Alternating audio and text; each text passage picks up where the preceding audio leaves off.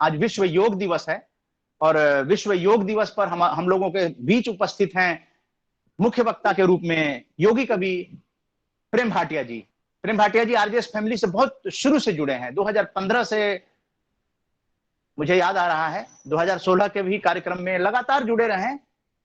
तो प्रेम भाटिया जी आपको सीधा आमंत्रित करते हैं, क्योंकि विश्व योग दिवस पर जो स्वास्थ्य की भी चर्चा करनी है, यौगिक क्रियाओं की भी चर्चा करनी है।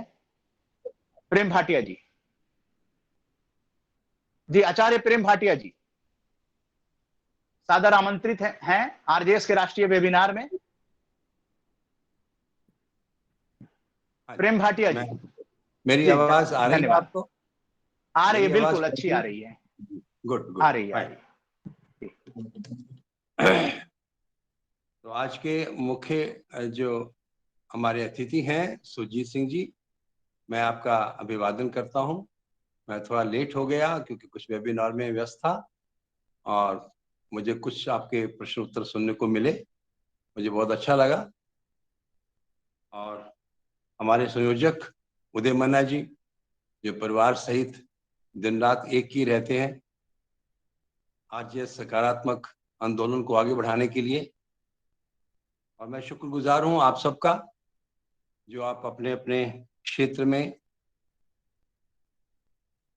इस सकारात्मक आंदोलन को बढ़ा रहे हैं। तो बड़ी अच्छी बात हो रही थी, मैं एक शेर से शुरू करना चाहता हूं। सुरजीत साहब से जब बोल रहे थे मुझे बड़ा अच्छा लग रहा था, तो मैं एक शेर अर्ज करता हूं, शायद आपको अच्छा लगेगा कि मैं ही कृष्ण, मैं ही अर्जुन और दुर्योधन मैं ही हूं। मैं ही कृष्ण, मैं ही अर्जुन और दुर्योधन मैं ही हूं। एक महायुद्ध हो गया, दूसरा होने को है। जो आप बात कर रहे थे कि यदि प्रेजेंट मिल गया हमें, तो जिसको प्रेजेंट दे दिया जाता है अब उसकी जिम्मेदारी हो जाती है कि वो कैसे उसे संभाल के रखता है या नहीं रखता है। ये बहुत अच्छी बात है। वाकई कुदरत ने हमें कितना सुंदर शरीर दे दिया, हमें कितनी सुंदर एक चेतना से उसको अभिभूत कर दिया। तो मानव क्या है, मानव क्यों है, मानव कैसे स्वस्थ रहता है तन से मन से, इसके ऊपर बड़ी अच्छी चर्चा हम कर सकते हैं। और आज संजोग की बात है कि हमारे संस्थान को 30 वर्ष पूरे हो गए हैं। 1991 में ये संस्थान आया था, दिल्ली में शुरू किया गया था और 30 वर्ष आज पूरे हो गए। 31वां कल से शुरू हो जाएगा दिन, बहुत बढ़िया। और इस बीच में हमने जो थोड़ा बहुत प्रयास किया वो काफी उत्साहजनक रहा। 30 वर्षों में हमने काफी सारे प्रयोग किए और जो कुछ हम समझ पाए योग के बारे में वो ये था कि हर मानव सुखी हो सकता है, स्वस्थ हो सकता है। स्वस्थ कैसे होगा? जैसे अभी बातचीत हो रही थी, हमारे मुख्य अतिथि बात कर रहे थे कि स्वस्थ रहना हमारी जिम्मेवारी है, हमने ध्यान देना है। जैसे कोविड की भी बात हो रही थी कि बच्चों की बहुत तकलीफ हो जाने वाली है, तो उन्होंने बड़ा अच्छा कहा यदि माँ बाप डरे हुए रहेंगे तो बच्चों में डर स्वाभाविक आ ही जाने वाला है और हमारी जो क्षमताएं हैं वो गौण हो जाने वाली हैं, कुंठित हो जाने वाली हैं और हम कमजोर हो जाएंगे, तो तकलीफ में ना आते हुए भी आ जाएंगे। तो हमारी जो तकलीफें हैं उस पर हमें ध्यान देना पड़ेगा कि हम फिजिकली भी कमजोर ना हो, हम मेंटली भी कमजोर ना हो। इन दोनों चीजों पर हमें ध्यान देना पड़ेगा। एक और शेयर अर्ज कर देता हूं कि कमजोर होने पर हुआ करती हैं सब बीमारियां, कमजोर होने पर हुआ करती हैं सब बीमारियां, वास्ता है प्यार का कमजोर ना होना कभी। तो जो ही हम अपने अंदर कमजोरी को महसूस करते हैं, वो किसी प्रकार की क्यों ना हो, कोई भी भ्रम क्यों ना हो, कोई भी अज्ञान रूपी क्यों ना हो, शरीर की क्यों ना हो, मन की क्यों ना हो, वो हमें कमजोर करती हैं और हम बीमार होने की कगार में पहुंच जाते हैं। तो कुछ ना होते भी हम बहुत कुछ खराब कर सकते हैं। तो ये बात बिल्कुल सही है कि जब तक हम अपने मन के अंदर अपने आप को स्थिर नहीं करते हैं, मन को पक्का नहीं करते हैं, तब तक हमारी तकलीफें का कोई और छोर नहीं रहेगा। अब थोड़ी सी बात इसको आगे बढ़ाते हैं कि क्या तन और मन को मिला के चलना योग है? क्या योग इतना ही है या योग कुछ और है? तो मैं तन से स्वस्थ होना चाहता हूं तो जो भी काम करता हूं मैं तन से ही करता हूं। ये शरीर जो है हमारा साधन है, हम जो कुछ भी करते हैं इसी शरीर से ही करते हैं। समझने का काम भी शरीर से होता है। ध्यान दीजिएगा, हर काम करने का भी शरीर मेरा माध्यम है, समझने का भी मेरा शरीर माध्यम है, और समझ करके प्रमाणित करने के लिए भी मेरा शरीर माध्यम है। तो शरीर की अपनी महत्व है, इसको कम ना आंका जाए, ज्यादा ना आंका जाए। तो मेरा शरीर स्वस्थ रहे, फिर उसकी बात हुई मेरा मन। यदि मेरा शरीर और मन मिला के हम चलें तो क्या योग हो जाएगा? मैं समझता हूँ कि इसमें थोड़ा सा और हमें ध्यान देना पड़ेगा।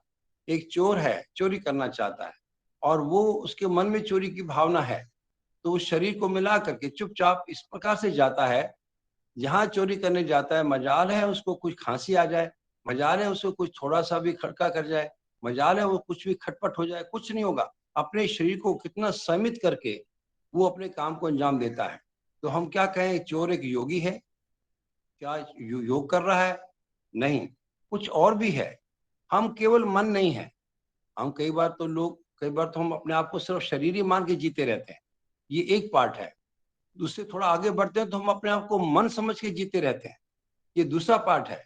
हम शरीर और मन से और ऊपर की व्यवस्था है, चेतनता, हमारी चेतन शक्ति, हमारी जमीर, हमारी कॉन्शियस, जिसको हम आत्मा कह सकते हैं, कुछ भी कह दीजिए, नाम में कुछ नहीं रखा है। इंपॉर्टेंट क्या है कि उससे एक बड़ी कोई आइडेंटिटी है, उससे बड़ी कोई फैकल्टी है जो साथ में हमारी रहती है। जैसे एक चोर चोरी करता हुआ, उसकी जो अंदर कॉन्शियसनेस है वो अलाउ करती है उसको कि नहीं करती है, ये प्रश्न आता है। वो उसको अलाउ करते कि नहीं करती है, ये भी हमारे ऋषियों मुनियों ने बताया कि कोई भी काम जब हम करते हैं तो उस काम को करते हुए यदि हमें संदेह होता है, यदि हमें डर लगता है, यदि हम डाउटफुल रहते हैं, तो समझ लीजिए आपकी आत्मा आपको समर्थन नहीं दे रही है।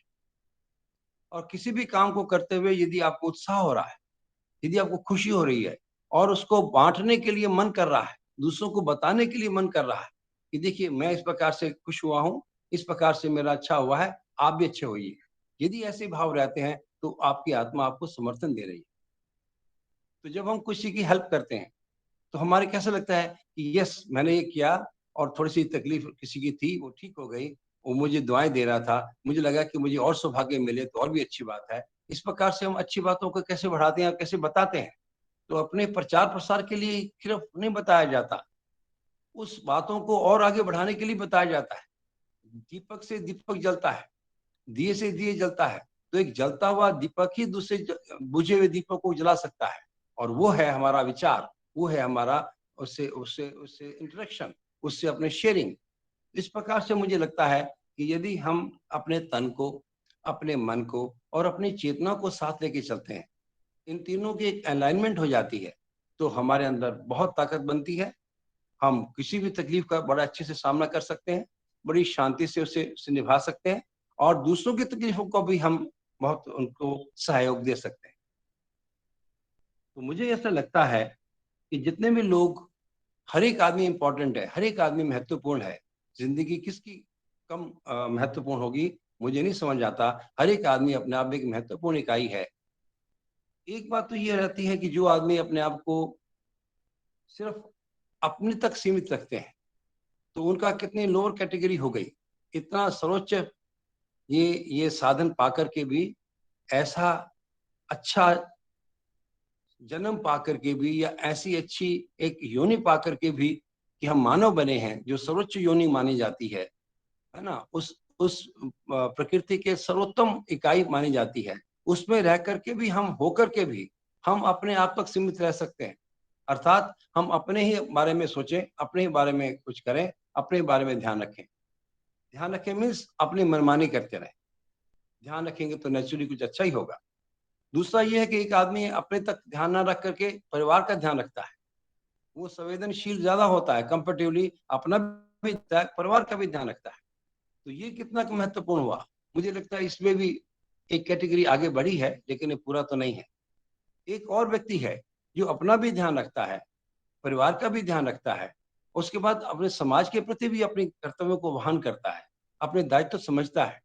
तो उसकी कैटेगरी और ऊपर हो गई, उसकी चेतना और विकसित हो गई कि वो अपने साथ अपना परिवार का और समाज का भी ध्यान रख रहा है।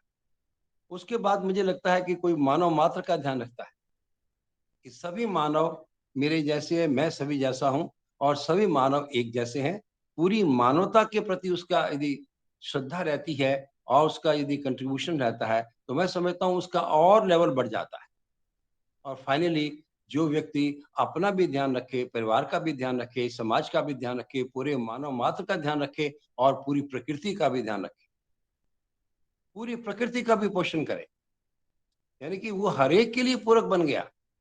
ये देखिए, ये है मुझे लगता है सर्वोच्च इकाई की सर्वोच्च कर्मशीलता, सर्वोच्च उसका उसका प्रमाणिकता कि वो मानव अपने साथ भी वो मानव अपने परिवार के साथ भी, समाज के साथ भी, पूरे मानव मात्र के साथ भी और पूरे पूरे प्रकृति के साथ भी एक तालमेल बिठा करके जी रहा है। यानी कि प्रकृति के अंदर क्या क्या है, प्रकृति के अंदर पदार्थ अवस्था है, प्राण अवस्था है, जीव अवस्था है। तो उन अवस्थाओं के साथ में भी उसका तालमेल बना होता है और वो हमेशा हमेशा सबके लिए एक पूरक के रूप में बनता है।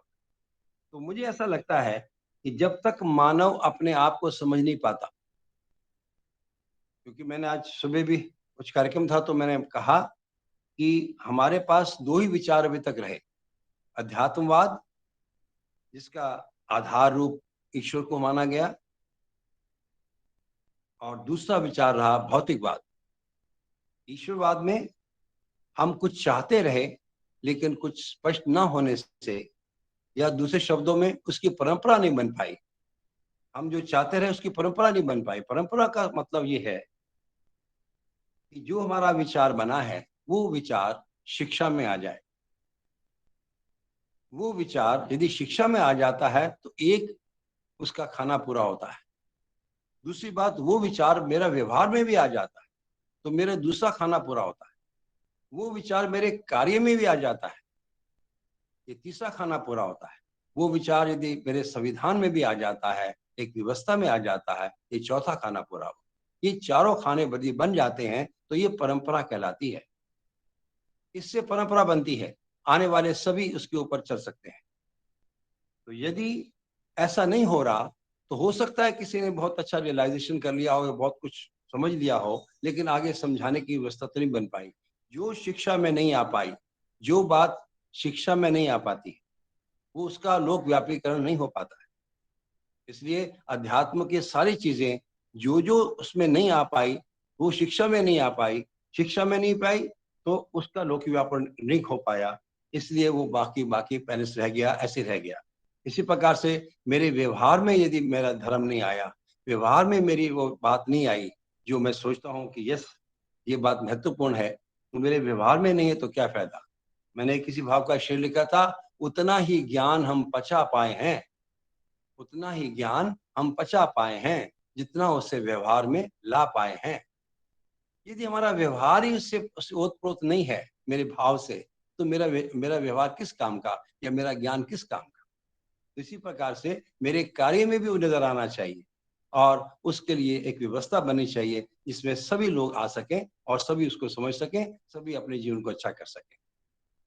ऐसा होने के लिए मुझे लगता है कि हमें और शुद्ध होना पड़ेगा और पवित्र होना पड़ेगा और काम करना पड़ेगा और ईमानदारी से काम करना पड़ेगा। अपने मतभेदों को भुला करके हमें सच्चाई के ऊपर चलना पड़ेगा, सच्ची बात को समझना पड़ेगा और उसके लिए हमें मानव केंद्रित चिंतन जो अभी अभी करीब कुछ समय पहले 3-4 दशक ही हुए हैं जो पूरा हुआ, मानव व्यवहार दर्शन सह अस्तित्ववाद, जिसमें ये बात निश्चित होता है कि मानव क्या है, मानव क्यों है परिवार क्या है, परिवार क्यों है, समाज क्या है, समाज क्यों है, और संसार क्या है, संसार क्यों है। इन सारी बातों का और सारे प्रश्नों का बहुत ही तृप्तिदायक उत्तर मिलता है। तो खैर, आज आपकी अच्छी-अच्छी बातें सुन करके मुझे ऐसा यहाँ बातें पर हो गई। यहाँ मैं आपको थोड़ा सा विनम्रता के साथ ये भी और भी लोगों को बताना चाहूंगा, मुझे तो पता है, लेकिन स्वयं योगी कवि प्रेम भाटिया जी, जो कि किताब भी लिखे हैं, कविताओं की कई किताबें हैं, योग की कई किताबें लिखा है इन्होंने, और 2020 में 24 जनवरी को आपका बहुत बड़ा जो लॉन में हम लोगों ने आचार्य सुशील मुनि आश्रम में किया था, वहां पर लगभग 60-70 लोगों का जो कार्यक्रम में आए थे, वो लोग, उन लोगों ने योग भी किया था। योग से ही कार्यक्रम का आरंभ हुआ था और मैदान में योग कराया गया था, बहुत अच्छा सफल रहा था।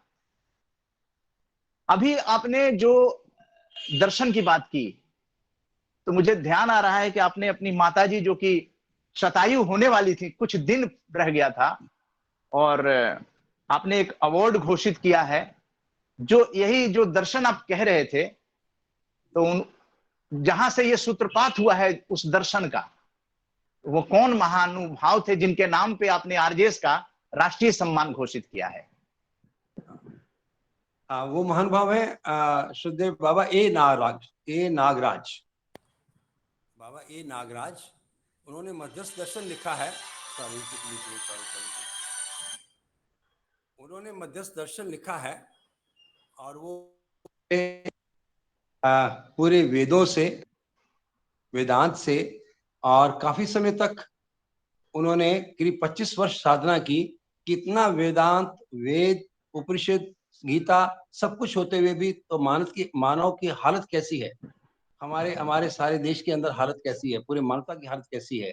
वो यदि उनको जब बहुत पीड़ा हुआ, देश में ना तो हमारा कोई राष्ट्रीय कोई आधार है, ना ना हमारा कुछ हमारा कुछ चरित्र है, और हम कोई स्पष्टता नहीं कर पाते कि मानव क्या है, मानव क्यों है। तो इसके ऊपर उन्होंने 25 वर्ष तक अध्ययन करने के बाद देखा, और इन्होंने पाया कि यस, ये पोजीशन ऐसे बनती है, और उसके बाद वो पूरा कार्यक्रम आगे बढ़ रहा है। जीवन विद्या शिविर के रूप में बढ़ रहा है। करीब 8 दिन का शिविर होता है, परिचय शिविर। उसमें हम अपने जीवन की बहुत सारी होते हैं। खैर, मैं उससे आगे बढ़कर के ये निवेदन करना चाहता हूँ कि जैसे आपने पूज्य माता जी की बात की, मुझे बड़ा गर्व है इस बात का, मुझे बहुत संतुष्टि है कि पूज्य माता जी 99 वर्ष और 12 दिन जीकर गई। 99 वर्ष और 12 दिन। और खुशी की बात ये है कि जो अभ्यास का क्रम हमने शुरू किया, जो हमने इन्वेंट किया, करीब करीब 10 वर्ष लगातार इसके ऊपर काम किया हमने। कब? 81 से लेकर 91 तक 10 वर्ष हमें लगाए कि क्या ऐसा अभ्यास हो सकता है जो आम 10 साल का बच्चा भी कर ले और 90 वर्ष का वृद्ध भी कर पाए। और मुझे खुशी है कि 98 प्लस तक माता जी अभ्यास करती रही, योग अभ्यास, और आखिर तक उनको कोई तकलीफ नहीं थी, कोई दिक्कत नहीं थी, कोई बीमारी नहीं थी, और बड़े अच्छे से रहे। तो मैं ये कहना चाहता हूँ कि यदि हम थोड़ा सा ध्यान दें तो शरीर तो बहुत जल्दी ठीक हो सकता है, शरीर की तकलीफें बड़े आराम से ठीक हो सकती हैं, लेकिन जो प्रॉब्लम है वो हमारे मन की है। हमारा मन हमारा हैंडल नहीं हो पाता, मन हमारा सेटल नहीं हो पाता, मन शुद्ध पवित्र नहीं हो पाता जितना हम चाहते हैं। तो मन स्वस्थता के रूप में ऐसा बताया गया कि मन स्वस्थ कब होगा? तन स्वस्थ तो हो जाता है, लेकिन हमारे जो, मैं क्षमा चाहूंगा सारे हमारे जो समाज से भी हमारे जुड़े हुए सारे मित्रगण हैं, जर्नलिस्ट हैं, वो ना एक ही खबर दूसरों को पहुंचाते हैं, दूसरों को उत्साहित करते रहते हैं, खुद बिना उत्साहित हुए, खुद बिना किए दूसरों को कराते रहते हैं। ये मुझे बार बार मैं रिक्वेस्ट करता हूँ, मैंने उदय मन्ना जी आपको भी कई बार कहा है, मुझे लगता है कि आप सब लोग जो सकारात्मक आंदोलन से जुड़े हुए हैं, आपकी श्रेणी आम आदमी से बहुत ऊंची है, क्योंकि आप उपकार में और समाज के उत्थान में लगे हुए हैं।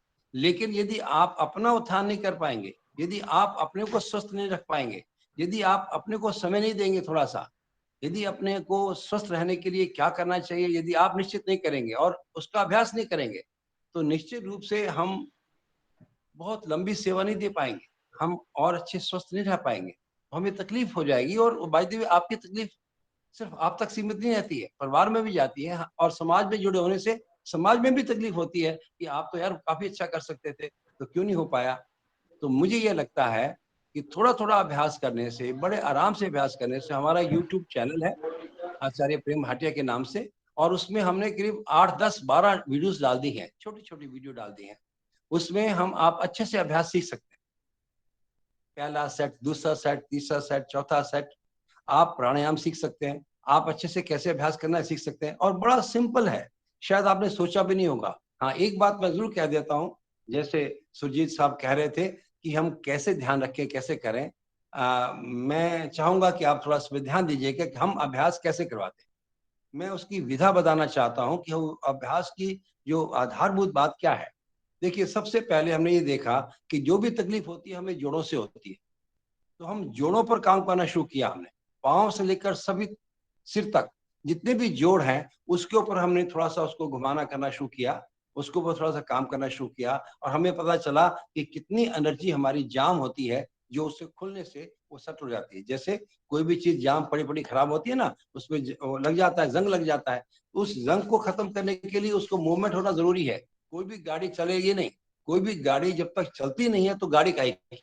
यदि खड़ी है और उसको चलाओ नहीं, तो भले वो 800 मारुति हो या बेंज हो या कोई भी गाड़ी क्यों ना हो, वो नहीं चल पाएगी। जब तक चलती का नाम गाड़ी। यदि गाड़ी उसको चलाते रहेंगे तो चलेगी, नहीं चलाते रुक जाएगी, क्योंकि यही पदार्थावस्था की बात है। तो पहली बात जो हम काम करते हैं, शरीर की मांसपेशियों पर काम करते हैं। शरीर की मांसपेशियों पर काम करने का मतलब है कि उनके ऊपर मूवमेंट्स करना। तो शरीर की मांसपेशियों का काम, पहला क्रिया शक्ति, पहला जो हमारा है क्रिया शक्ति। दूसरा आधार है हमारा प्राण शक्ति। हम लंबा गहरा सांस लेकर के सांस को रोक करके अभ्यास करते हैं। लंबा गहरा सांस भरते हैं, सांस को रोक लेते हैं, और उसके बाद जितनी देर तक आप सांस रोक सकते हैं उतनी देर तक हम क्रिया करते हैं, शरीर की मूवमेंट्स करते हैं। ठीक है। अब शरीर की क्रिया करते समय हम कितना सांस भरेंगे, कितना सांस नहीं भरेंगे, कितना भरना चाहिए, कितना नहीं भरना चाहिए, इसको कौन बताएगा? ये कौन एडमिनिस्ट्रेशन करेगा? ये बाहर से एडमिनिस्ट्रेशन नहीं होता है। इसलिए आपका ध्यान भी वहां रहना चाहिए। तो तीसरी बात है ध्यान शक्ति। तो तीन शक्तियों को जब हम मिला लेते हैं, ये त्रिवेणी बनती है। क्रिया शक्ति, प्राण शक्ति, ध्यान शक्ति। इन तीनों शक्तियों का जब हमने समन्वय किया तो कितनी स्ट्रांग हो गई ये, और कितनी इफेक्टिव हो गई। आप नाम लीजिए बीमारी का, और ये अभ्यास करके देखिए 10 दिन तक, within a week, within 10 days आप ये निश्चित कर लेंगे कि मैं ठीक हो सकता हूँ। यदि ये विश्वास आपको बनता है तो हमें लगता है कि हमारा काम हो गया।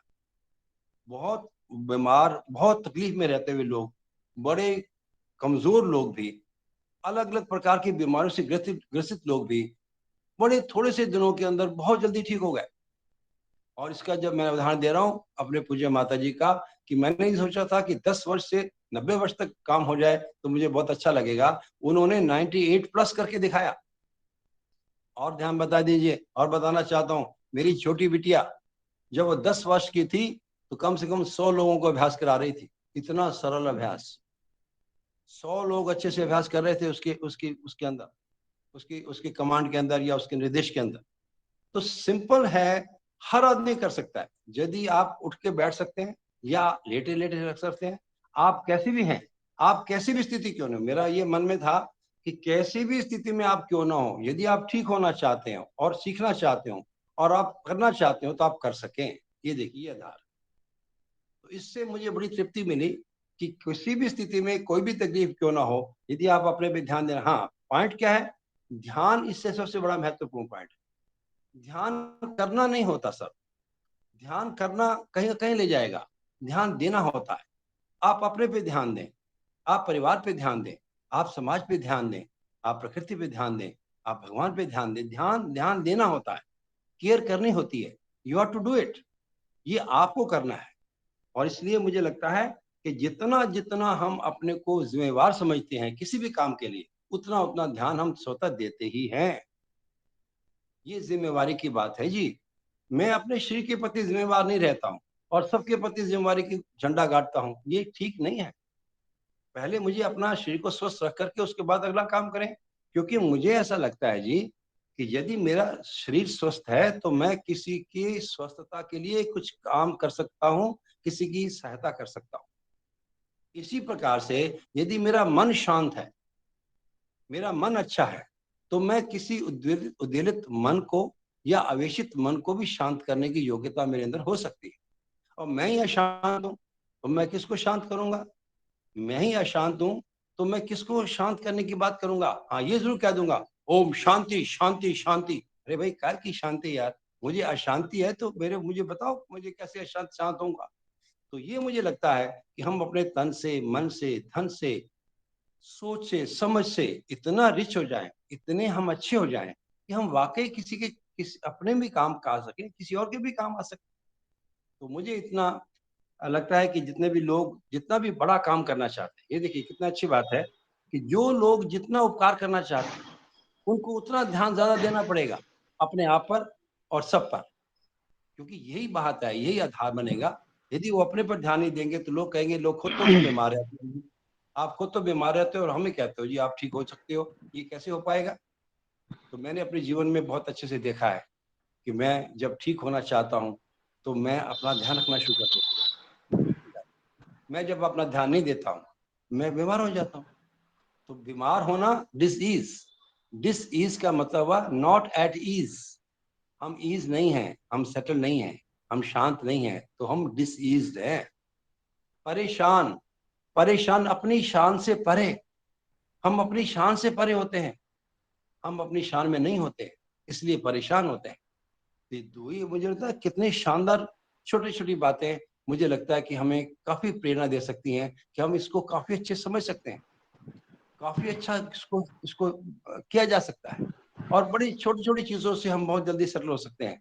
सिर्फ सच्ची बात तो ये है, मन को थोड़ा सा समझाना पड़ता है। मन को पवित्र करने के लिए हमें कोई बहुत दूर जाने की जरूरत नहीं है, हमें कोई मंदिर मस्जिद गुरुद्वारे जाने की जरूरत नहीं है। मैं तो ये कहा करता हूँ कि मेरे मन मंदिर के अंदर बैठा रहता है एक बंदर। मेरे मन मंदिर के अंदर बैठा रहता है एक बंदर, उस बंदर के मन के अंदर देखा है मैंने फिर मंदिर। See, you have to go deep, little deeper. अंदर जाके देखना पड़ता है कि वाकई में क्या चाहता हूं। यदि हम अपनी चाहत के प्रति स्पष्ट नहीं है, मैं चाहता क्या हूं, तो हम भटकते रहेंगे। मैं क्या चाहता हूं? मैं समाधान चाहता हूं। मानो क्या चाहता है? समाधान चाहता है, और समाधान से ही सुख है। बाकी सारे सुख आज हैं तो कल नहीं है, अब हैं तो बाद में नहीं है। आप देख लीजिए, किसी भी सुख की बात कर लीजिए, वो अब है बाद में नहीं है। समाधान का सुख ऐसा है कि आपको स्पष्ट हो गया, वो आपको हमेशा के लिए स्पष्ट हो गया। यदि सही है तो हमेशा के लिए सही रहेगा, और जो सही नहीं है वो आपको बहुत जल्दी वापस आपके ऊपर ले आएगा, परेशानी में ले आएगा। और एक और शेर कह करके मैं इसका कैसी कि मैं चुप करना चाहता हूँ, वाणी को विराम देना चाहता हूँ कि शायद और कार्यक्रम कैसा है मुझे नहीं पता। कहता है कि सही समझकर ही खुशी महसूस होती है, सही समझकर ही खुशी महसूस होती है, सही को जीकर ही खुशी महफूज होती है। यदि हम खुश रहना चाहते हैं तो हमें हमें बिल्कुल सही समझना पड़ेगा। तेरा मेरा इसका उसका कोई चक्कर नहीं है, हमारा कोई गॉडफादर नहीं। नो, मैं तो किसी को नहीं मानता हूँ। मैं कहता हूँ मुझे समझ आएगी तो मैं आपको सलाम करूंगा, प्रणाम करूंगा, पैर छूंगा। मुझे समझ नहीं आएगी तो भैया आपका ज्ञान आपके पास, मेरे कोई लेन देन नहीं है। मुझे जो समझ ही नहीं आ रही, जो मैं जी नहीं पा रहा हूँ, वो कहेगा ज्ञान है। जो मुझे समझ ही नहीं आती है तो मेरा ज्ञान किस बात का है, और वो जीऊंगा कैसे? तो सही समझकर ही खुशी महसूस होती है, सही को जीकर ही खुशी महफूज होती है। इससे सुरक्षित होगी हमारी खुशी, क्योंकि मैं जो सही समझा है उसको मैं कर रहा हूँ। जैसे आप बता रहे थे कि भैया ये करते रहोगे, ये अभ्यास है, करना पड़ेगा, करके ही आप सुखी होगे। तो पहले समझना, सही को समझना, फिर सही को करना। ठीक है डॉक्टर जी। साहब? ठीक है टेटेश्वर साहब? अच्छी, तो बढ़िया। तो बड़ी खुशी हो रही है आप सबसे मिलकर के। आप सब गुरुजनों को मिलकर बहुत बहुत प्रणाम। और इसी प्रकार से आप कृपा दृष्टि बनाए रखा कीजिए, और खूब अच्छे से कुछ अच्छी बात हो जाए, कुछ और सकारात्मक बात हो जाए, जी, कुछ और आगे बढ़े। आपसे चूंकि प्रश्नोत्तरी का भी कार्यक्रम चल रहा था अभी, तो मेरे ख्याल से हमारे लोग जुड़े हुए हैं, तो अलग अलग राज्यों से जुड़े हुए हैं आरजेएस फैमिली। तो जी ये बड़ा अच्छा मौका है कि प्रेम भाटिया जी ने किस तरह से क्रियाओं के बारे में बताया। तो आप जी लोगों के पास कोई सवाल हो तो सीधा आप लोग आ जाइए, स्क्रीन पर आ जाइए, माइक को अनम्यूट करके, और एक दो सवाल ले लेते हैं। दो सवाल लेंगे, दो सवाल। जी, जी मैं आचार्य जी से जानना चाहूंगा। आचार्य जी ने जैसे कि बताया कि चेतना के बारे में बताते हुए या योग का आध्यात्मिक स्वरूप के बारे में बताते हुए एक चोर वाला उदाहरण दिया। तो अब मैं उसको जानते हुए जहां तक समझ पाया कि मुझे लग रहा है कि मुझे यहाँ पर थोड़ा मैं कंफ्यूज हूँ कि आचार्य जी मुझे समझाएं कि चेतना और सजगता क्या इनका आपस में संबंध है, या अथवा ये दोनों अलग हैं या एक है, क्योंकि चोर सजग भी हो सकता है यहाँ पर। जी जी जी, क्यों नहीं। देखिए, मैंने जो मन का उदाहरण दिया डॉक्टर साहब, मैंने वो उदाहरण इसलिए दिया कि मन में हमारे अच्छे विचार भी आते हैं, बुरे विचार भी आते हैं। तो हमें ये देखना पड़ेगा कि मुझे किस विचार के साथ जाना है। इसको तय कौन करेगा? मेरा मन तय नहीं कर सकता। मेरे मन में इतनी ताकत नहीं है कि वो अच्छे बुरे को अच्छे से भेद कर सके। ये हायर फैकल्टी है, यही चेतना का स्तर है। तो जिसका जितना चेतना का स्तर ऊंचा होगा, उतना वो सही जिम्मेवारी से सही चयन करेगा। So we have to choose. देखिए, एक और बड़ी अच्छी बात, किसी ने कहा कि मेरे मन में बुरे विचार ना आए, ऐसी कोई बात बताइए। कहते हैं कि बुरे विचार आ सकते हैं, नहीं भी आ सकते हैं। हार्ड स्टेज होती है समाधि की, उसके बाद बुरे विचार बंद होते हैं। अदरवाइज तो कोई ऐसा आदमी नहीं है जिसके पास अच्छे विचार बुरे विचार ना आए। लेकिन एक बात है कि चॉइस इज योर्स। जैसे पंछी उड़ते रहते हैं ऊपर, हम उनको नहीं रोक सकते, रोकना भी नहीं चाहिए, क्योंकि उनका अपनी व्यवस्था है, वो भी उड़ रहे हैं। लेकिन उनको घोंसला बनाने से तो हम रोक ही सकते हैं। वो हमारे यहाँ घोंसला ना बनाने, इसके लिए रोक सकते हैं। इसी प्रकार से विचार आएंगे, चले जाएंगे, उनको आने दो, जाने दो, कोई बात नहीं। पर मुझे इसको नहीं, I am not for you, आप कहीं और जाइए, सॉरी, इट्स नॉट मी, मैं नहीं करूंगा। मेरा चॉइस होता, चॉइस मैंने अपनी यदि एक्सरसाइज ठीक से नहीं की, तो वो मेरा चेतना का स्तर बताता है कि मेरी चॉइस कितनी है। मेरी चेतना का स्तर बताता है कि मेरी चॉइस कैसी है। ठीक है ना? सर, तो क्रोध पर सजगता का नियंत्रण भी कैसे हिसाब। करेंगे? जी, क्रोध पर नियंत्रण कैसे करेंगे? सॉरी, किस पे? क्रोध पर नियंत्रण कैसे करेंगे? क्रोध पे, हाँ ठीक है ना। क्रोध। हाँ मैं समझ गया। क्रोध, क्रोध जो है ये अक्षमता का परिचायक है। हम अक्षम महसूस करते हैं, हम कुछ कर नहीं सकते, इसलिए क्रोध आता है। अब मुझे मालूम है कि इसको ऐसे किया जा सकता है, मैं समाधानित हूं, तो मुझे क्रोध क्यों आएगा? मेरा क्रोध ये बताता है कि मैं समाधानित नहीं हुआ हूं, मुझे, मेरे पास समाधान नहीं है, मुझे इसका एंटीडोट पता नहीं है, मुझे इसका जवाब पता नहीं है, ये मुझे क्रोध आता है, मुझे बुरा लगता है। ये ठीक है। तो जब जब हम अपने सक्षमता होती है, देखिए, नंबर एक मुझे पता हो, नंबर एक मुझे उसका आंसर पता हो। दूसरा, उसको मैंने जी के भी देखा हो। ध्यान दीजिएगा, यदि मेरे जीवन में नहीं आया तो मैं उसको समझा नहीं पाता हूं। जीवन में भी आया हो, मुझे समझ भी आई हो, मेरे जीवन में भी आया हो। एक और शेयर अर्ज कर देता हूं। देखिए, मैंने क्या सोच रहा था कि जब मैं सोचता हूं, क्या उसी वक्त सुधर जाता हूं? मैं जब सोचता हूं, क्या उसी वक्त सुधर जाता हूं? जो छूट है अपने लिए, वो दूसरों को क्यों नहीं? मैं तो सालों साल ना सुधरूं, दूसरा आदमी खड़ा पैर सुधर जाए, ये कितने न्याय की बात है? ये कितनी सही बात है? ये ठीक बात है कि मैं अपनी गलतियों को संभाल नहीं पा रहा हूं, या मैं अपनी गलतियों को ठीक नहीं कर पा रहा हूं, और दूसरे आदमी से ये अपेक्षा करता हूं कि तुम खड़े पैर सुधर जाओ। ये कितनी सही बात है? तो जीवन यूं ही गंवाने का क्या फायदा, चंदन ईंधन बनाने का क्या फायदा, अपनी एक भी गलती सुधर ना सकी, दूसरों की गिनाने से क्या फायदा? दूसरों की गिनाने से क्या फायदा? ठीक है। हाँ जी, और कुछ आए थे उनका मैं ब्रीफ में आंसर कर सकता हूँ, भाटिया जी से इजाजत लेता हूँ। हाँ जी, क्यों नहीं, क्यों नहीं। दो प्रश्न आए हैं। मन के अंदर क्या सही है और क्या गलत है, और दूसरा प्रश्न आया क्रोध पे कैसे संयम किया जाए। जी जी जी जी, क्यों नहीं। हम सभी अपने आप से प्रश्न करें, जब हम कभी किसी सड़क को क्रॉस करते हैं, सड़क के एक तरफ खड़े होकर दूसरी तरफ जाना है हमें, तो क्या हमने उतनी गाड़ियां स्कूटरों पे ध्यान दिया है, कौन सा मॉडल की जा रही है, कितने जा रही है, या हमारा ध्यान कहाँ था? हमारा ध्यान वो खाली जगह पे था कि हम सड़क क्रॉस कर दें। सो मन के अंदर विचार आते ही रहेंगे, हमने उन विचारों पे विचार नहीं करना है, अपने विचार को संयम रखते हुए सड़क क्रॉस करने हैं। तो हम सड़क, जैसे सड़क क्रॉस कर लिए, जीवन के हर मार्ग को भी हम क्रॉस कर लेंगे अगर हम विचारों पे ध्यान नहीं देंगे। हम विचारों को निर्विचार करना का यही अर्थ है। बढ़िया, बहुत अच्छा। दूसरा प्रश्न आया था क्रोध, काम, क्रोध, लोभ, मोह, अहंकार, ये हमारे लिए उपयोगी हैं, ये हमारे टूल हैं। क्रोध तो टूल है, क्रोधी नहीं होना है। क्रोध तो प्रकट किया जा सकता है, मगर हम भीतर से क्रोधी होते हैं, इसलिए क्रोध कब कैसे बेवजह निकल जाता है। क्रोध सही मायने में अगर औजार लेंगे वो हमारे उपयोगी है, और जिसपे क्रोध करते हैं, बच्चे पे भी तो हम क्रोध करते हैं उसके हित के लिए, मगर हम उसमें क्रोधी नहीं होते। अगर हमने कहीं पर भी क्रोधी होकर क्रोध हो गया, तो पहले तो हमने उसको स्वीकार कर लेना है कि मेरे से गलती हुई है, और फिर मनन करना है कि क्या इस क्रोध का यही निवारण था इस समस्या का, या कोई और भी निवारण हो सकता था। ऐसे जब हम स्वयं पे अध्ययन करते रहेंगे तो हम अपने क्रोध पे कंट्रोल करते करते संयम में आ जाएंगे।